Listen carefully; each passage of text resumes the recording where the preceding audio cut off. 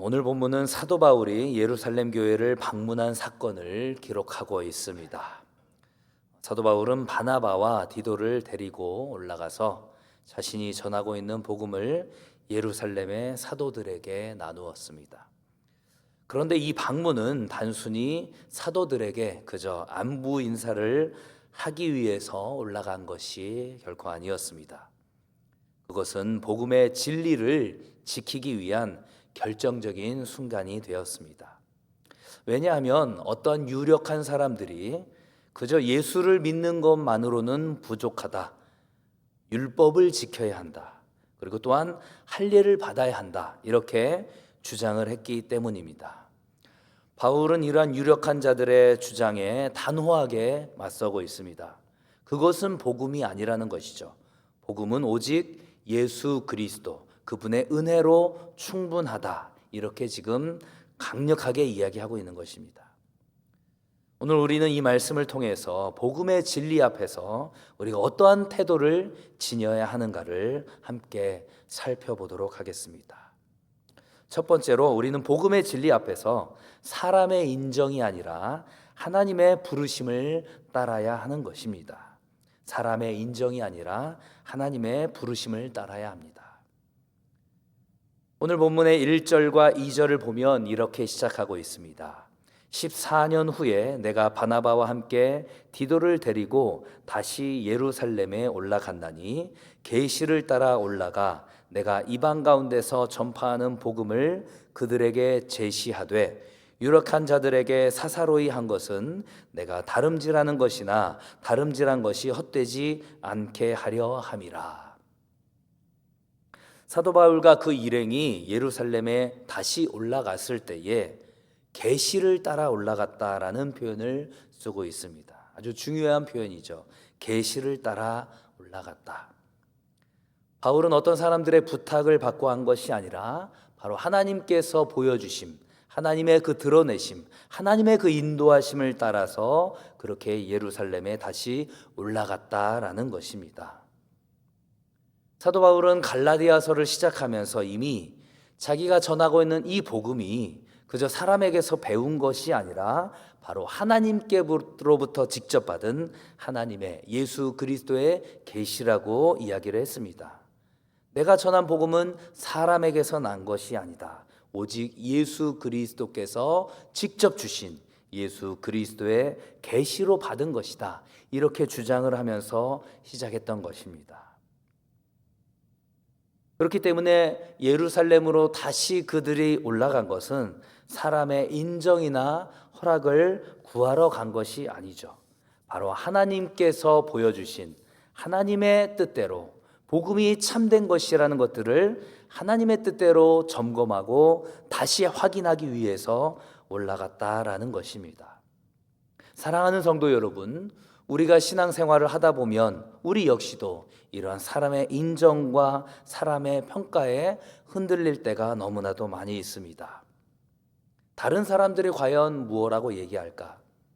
교회 안에서 내가 인정받고 있는 것일까? 이러한 생각들이 우리에게 찾아올 수 있는 것이죠. 하지만 분명히 기억해야 하는 것은 무엇입니까? 이 신앙의 기준은 언제나 사람의 눈이 기준이 아니라 바로 하나님의 시선이 기준이 되어야 한다라는 것입니다. 히브리서 기자의 고백처럼 믿음의 주여 또한 온전하게 하시는 이인 예수를 바라봐야만 하는 것입니다. 이 바라봄은 무엇입니까? 우리의 시선을 하나님께만 고정해야 한다라는 것입니다. 물론 사람들의 평가가 중요하지 않다라는 것이 아니죠. 하지만 중요한 것은 무엇입니까? 우리가 사람들의 평가와 인정을 받기 위해서 하나님에 대한 시선을 혹시 놓치고 있지는 않은지 우리가 늘 점검해야 하는 것입니다. 내가 정말로 하나님의 말씀 앞에서 순종하고 있는가? 내가 복음의 길에서 혹시 벗어나고 있지는 않은가? 이런 것들을 우리가 늘 점검해야 한다라는 것입니다. 그렇기 때문에 사도 바울은 갈라디아서를 시작하면서 사람에게 보이기 위한 신앙이 아니라 하나님 앞에서의 신앙을 그렇게 생각하면서 이렇게 고백을 했습니다. 갈라디아서 1장 10절의 말씀입니다. 이제 내가 사람들에게 좋게 하랴 하나님께 좋게 하랴 사람들에게 기쁨을 구하랴. 내가 지금까지 사람들의 기쁨을 구하였다면 그리스도의 종이 아니니라. 우리의 신앙의 방향이 사람들을 향하고 있는지 아니면 하나님을 향하고 있는지, 그래서 하나님의 부르심을 따라서 우리의 걸음을, 그렇게 믿음의 길을 걸어가고 있는지 복음의 진리 앞에서 우리가 늘 점검하며 살게 되기를 소망합니다. 두 번째로는 복음의 진리를 지키기 위해서 결코 타협하지 말아야 한다라는 것입니다. 복음의 진리를 지키기 위해서 타협하지 말아야 한다라는 것이죠. 오늘 본문 3절에서 사도 바울은 이렇게 말하고 있습니다. 그러나 나와 함께 있는 헬라인 디도까지도 억지로 할례를 받게 하지 아니하였으니, 중요한 것은 헬라인인 이 디도를 억지로 할례 받게 하지는 아니하였다라는 것입니다. 할례 자체가 중요하고 중요하지 않고가 아니라는 것이죠. 디도는 헬라인, 즉 이방인이었습니다. 그런데 어떤 유력한 자들이 이 디도에게 할례를 강조한 것이죠. 디도도 할례를 받아야만 구원의 조건이 성립이 된다라고 주장하는 것입니다. 이것은 어떤 얘기입니까? 예수 믿는 것 중요하지만 그래도 할례는 받아야지. 예수 믿는 것 중요하지만 그래도 율법을 지켜야지. 이러한 말들이었습니다. 바울은 그러한 이야기들을 듣고 어떻게 이야기합니까? 우리는 그들에게 한시도 복종하지 않았다. 일말의 여지도 타협의 여지를 두지 않았다라는 것입니다. 왜 그랬을까요? 그것은 단순한 어떤 유대인의 풍습의 문제가 아니라 복음의 본질을 훼손하려는 일이었기 때문입니다. 복음은 무엇입니까? 예수 그리스도와 함께 율법과 할례가 들어가는 것이 아니라 오직 예수 그리스도만이 복음이다라는 것입니다. 예수 그리스도의 십자가와 부활, 그것이면 구원이 충분하다라는 것이죠. 하지만 당시의 유대인들에게는 이 믿음으로 구원받는다라는 말이 너무나도 간단해 보였다라는 것입니다. 그게 정말 다인가 의심하게 되었다라는 것이죠. 사도 바울은 이러한 유대인들의 의심을 향해서 이렇게 선포를 했습니다. 에베소서 2장 8절로 9절의 말씀입니다. 너희는 그 은혜에 의하여 믿음으로 말미암아 구원을 받았으니 이것은 너희에게서 난 것이 아니요 하나님의 선물이라. 행위에서 난 것이 아니니 이는 누구든지 자랑하지 못하게 함이라. 이는 누구든지 자랑하지 못하게 함이라. 만약에 우리의 행위로 인하여서 구원이 획득되는 것이라면 일전에 말씀드린 것처럼 우리는 서로에게 우리의 구원을 자랑하기 바빴을 것입니다. 사랑하는 성도 여러분, 우리가 신앙생활을 하고 있는 오늘날에도 이러한 현대판 할례는 여전히 존재하고 있습니다. 예수 믿는 것도 좋지만 그래도 이 땅 가운데서 우리가 성공해야 하지 않겠냐. 그 사람은 교회는 다니지만 실력이 부족하다. 우리가 예수 믿지만 우리의 선행을 통해서 그 구원이 완성된다. 이런 식의 이야기들을 하고 있습니다. 이러한 수많은 생각들이 은혜로는 충분하다 라는 이 복음의 핵심을 흔들고 있는 것이죠. 하지만 사도 바울은 분명히 이야기하고 있습니다. 복음은 인간의 조건이나 기준으로 평가될 수 없다라는 것입니다. 바울은 이렇게 복음의 진리를 지켜내기 위해서 단호하게 싸웠던 것이죠. 우리도 그 진리 위에 서야 하는 줄 믿습니다. 세상이 뭐라고 하던 간에, 사람의 평가가 어떠하던지 간에 우리가 하나님 앞에서 그 바른 복음을 붙드는 성도가 되어야 하는 것입니다. 일전에 제가 고등부 사역을 하면서 학생들에게 늘 주장하면서 거의 외우다시피 하게 했던 구호가 하나 있습니다. 복음에는 단호하게, 그 밖에는 관대하게. 우리가 복음에는 너무나도 단호해야 하는 것입니다. 하지만 그 밖의 것들에게 대해서는 관대해야 하죠. 우리는 많은 것들을 양보할 수 있어야 합니다. 철저하게 손해보는 삶을 살아야 합니다. 하지만 우리가 결코 양보할 수 없는 단 한 가지는 무엇입니까?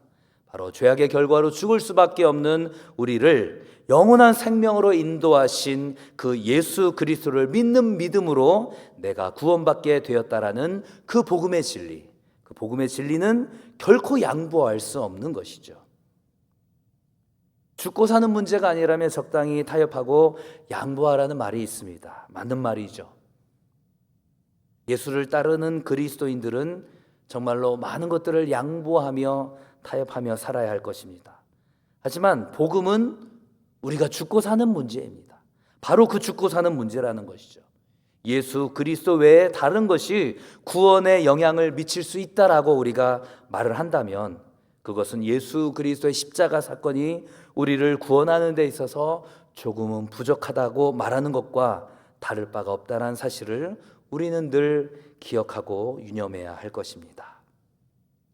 마지막 세 번째로 복음 안에서 서로를 인정하고 협력해야 합니다. 복음 안에서 서로를 인정하고 협력해야 한다는 것이죠. 오늘 본문 6절에서 보면 바울은 이렇게 말하고 있습니다. 유력하다는 이들 중에 본래 어떤 이들이든지 내게 상관이 없으며 하나님은 사람을 외모로 취하지 아니하시나니 저 유력한 이들은 내게 의무를 더하여 준 것이 없고. 예루살렘의 사도들이 바울에게 새로운 것을 가르친 것이 아니라 바울이 전한 복음이 이미 동일하다라는 것들을 확인했다라는 것이죠. 서로 다른 복음을 믿는 것이 아니라 같은 복음을 믿고 있다라는 것들을 확인했다라는 것입니다. 베드로가 유대인을 위한 복음을 맡았고 바울은 이방인을 위한 복음을 맡았을 뿐인 것입니다. 이것은 서로 대립되는 것이 아니라 하나님께서 주신 그 사명을 각각 분담하는 것이었습니다. 서로 다른 영역에서 같은 복음을 전하고 있는 것이었습니다. 그래서 마지막 10절에서 이렇게 사도 바울은 덧붙이고 있습니다. 다만 우리에게 가난한 자들을 기억하도록 부탁하였으니 이것은 나도 본래부터 힘써 행하여 왔노라. 복음은 단지 입술의 고백으로 끝나지 않는 것이죠. 삶으로 이어지는 복음이었던 것입니다. 그래서 가난한 자들을 돌보고 약한 자들을 세우는 것, 이러한 복음의 실천을 통하여서 복음이 하나됨을 확인할 수 있었다라는 것입니다. 이것이 바로 복음이 분열이 되는 이유가 아니라 연합이 되는 근거가 되는 것이죠. 우리 교회 공동체 안에도 어떻습니까? 각자의 은사가 다르고 그리고 맡은 일들이 다르고 여러 생각과 가치관이 있을 수 있습니다. 그러나 복음 안에서 우리는 한 몸이다라는 것이죠. 복음이 중심이 될 때에 우리는 우리의 다양한 생각들을 하나로 그렇게 이뤄낼 수 있는 것입니다. 고린도전서 12장 13절에서도 그래서 사도 바울은 이렇게 이야기합니다. 우리가 유대인이나 헬라인이나 종이나 자유인이나 다 한 성령으로 세례를 받아 한 몸이 되었고 또 다 한 성령을 마시게 하셨느니라. 복음이 중심이 된다면 우리의 그 다름이 틀리지 않다라는 것, 그 다름은 다양성을 인정할 수 있는 것입니다.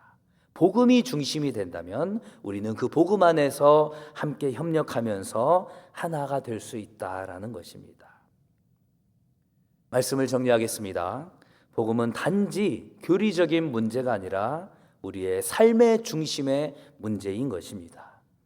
하나님께서 우리를 부르셨고 그 그리스도의 은혜로 우리를 자유케 하셨다라는 것입니다. 요한복음 8장 32절의 말씀처럼 진리를 알지니 진리가 너희를 자유롭게 하리라. 예수 그리스도의 그 복음의 진리 가운데서 우리가 참된 자유를 누릴 수 있다라는 것입니다. 오늘 말씀을 통해서 우리가 복음의 진리 앞에서 어떻게 나아가야 하는지를 확인했습니다. 복음은 사람의 인정보다 하나님의 부르심으로 세워진다라는 것, 그리고 복음의 진리를 지키기 위해서 우리가 결코 타협하지 말아야 한다라는 것, 그리고 복음 안에서는 우리가 서로를 인정하고 협력해야 한다라는 사실입니다. 바라기는 사람의 인정보다 하나님의 인정을 구하며 복음의 진리를 굳게 붙들며 또 복음 안에서 하나 되어서 협력하는 그러한 믿음의 공동체, 그러한 성도들이 모두 될 수 있기를 간절히 소망합니다.